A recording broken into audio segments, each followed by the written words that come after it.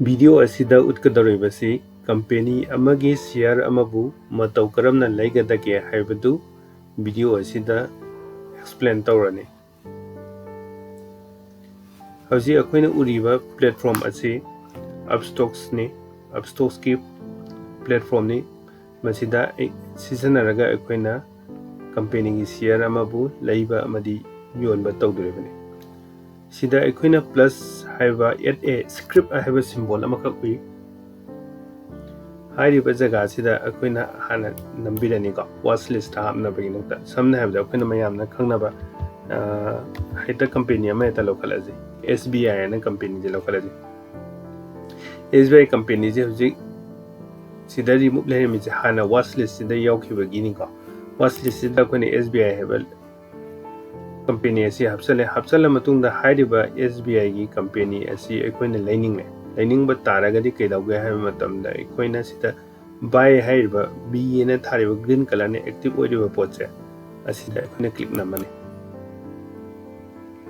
click से नमकांदा अखोइना सिदा details खरा उरे शेयर दुगी ममिंग थोले सिदा स्टेट बैंक ऑफ इंडिया थोले सिदा नमागी मागी कोड तो SBI एन ओइरे सिदा NSE हाइबदी NSE नेशनल स्टॉक एक्सचेंज हाइबनी NSE दा लैबा कंपनी नी एन हाइरिनी सिना ताकपदी अदुगा सोमदा उलिबसिना मागी करेंट मार्केट प्राइस हाइबदी लास्ट ट्रेड प्राइस हाइना जु खंगनै मागी लैबा LTP जे 514.65 अदुगा सिदा प्लस 20.5 हाइजिना कइनो हाइबा मतमदा ngasiगी डेट 25 की मार्केट लोइबा बौतमा लुपा कुनगा पैसा यांखै काखी हाइनेबा दुगा ngasiगी मागी परसेंटेज ऑफ इंक्रीज इना कईदौगे हाइबा मतमदा 4.15% काई हाइनेबा अदु ओइबा तारगदी सिना ताइदि ngasi SBI की कनागुमा म नंगरांगदगी लैबा यावरमलगदी ngasiगी निमितमा 4.15% की रिटर्न फंगनेबा सुमाइन तौदना सिदा डिटेल्स उल्ला मतुंग दे अखोइना लैगे हाइ तारगदी सिदा अनि खक फंगे बाय हाइबा मगा सेल हाइबा मगा बाय हाइबदी लैबा हाइबनी सेल हाइबदी योनथोकपा हाइबनी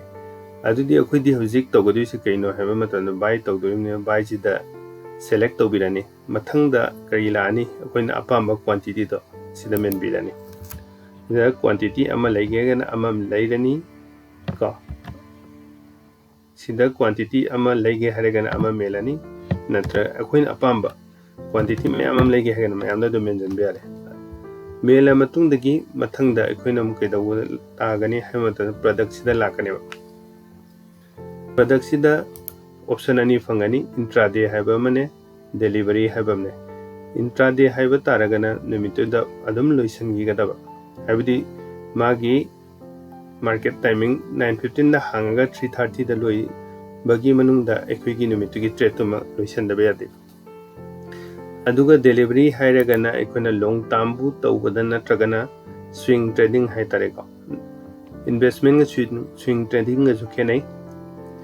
इन्वेस्टमेंट अमदी स्विंग ट्रेडिंग तौबा कांगुना डिलीवरी से लैगनी अदुगा स्टाइल ऑफ ट्रेडिंग दी अनिमुख की खेनाबदी लै स्विंग हाइरगना मतम खरा लैरगा मतम खरा की मनुंग योनबा अदुगा इन्वेस्टमेंट हाइरगना लॉन्ग टर्म की अखोइना था गुनिंगी खरा खरा लैसन गी नत्रगन था नि कानगा नत्र अहुम काना सही लोमदा थमके हाइ तारगदी मदुगु अखोइना इन्वेस्टमेंट तौबा चिंगे अदगी मथंगदा अखोइना कॉम्प्लेक्सिटी हाइ तारगदी कॉम्प्लेक्सिटी जिदा अखोइना सिंपल थमने अदुगा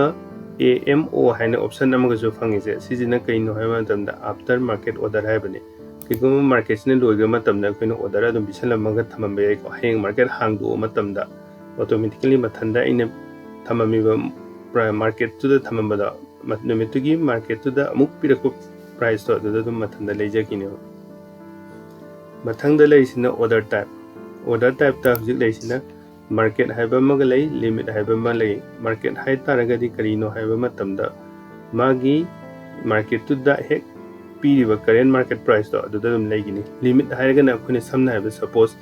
514 जे अखोइना 513 दा लैनिंग हाइगदी लिमिट हाइ कांदा अखोइसिदा प्राइस तो पिसनगिने 513 एन अदुना हेंग केगो प्राइस नो 513 यूरो कांदा आइगी थाजनगी ऑर्डर जे पालागा मथंदा लैग्राने आइगी लैरे एन हाइ आइगी अकाउंट लैरे एन अदुमाइना सकिने adagi akhona hairiba data mem simela matung dagi sida akhona review by order asida nambirani namma matung dagi sida loin tholani agi details adu sida loina fangani kaino after market order da lening ngana after market order sida amo thoijina akhona na saida complexity da sigi jaga da amo thokiyone amutang back halai yengsi ga sigi jaga da akhona simple tham taragadi kaidawni haiba matamna nasai complexity gi mapado simple laisi smaila quantity kaya laidono sida thoni price kaya laidono haiba smaina thone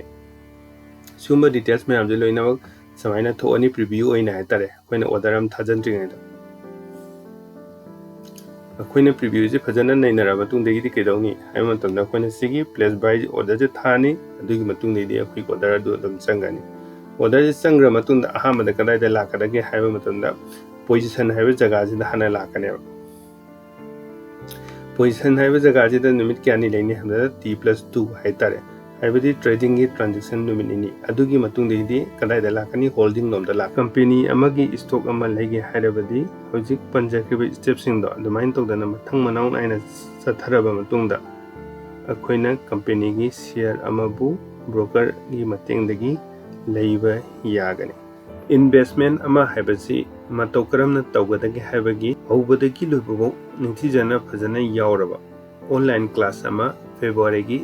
date 7 dagi hogani airiba class asida interest leibiragadi pijariba mobile number asida contact tobiro course fees ju yamna hongani aduga online mode chu egani kariumba khangdaba yauragasu phajana amuhana ningthijana tanana bagi khudong sabasu phangani course fees ju subnatagi 2500 khatani 31 January gi mamangde ming janbiba taragadi lupa songa gi discount amasu leije aduna course asi yaubiraga fajana investment je ningthijana khangbiraga isada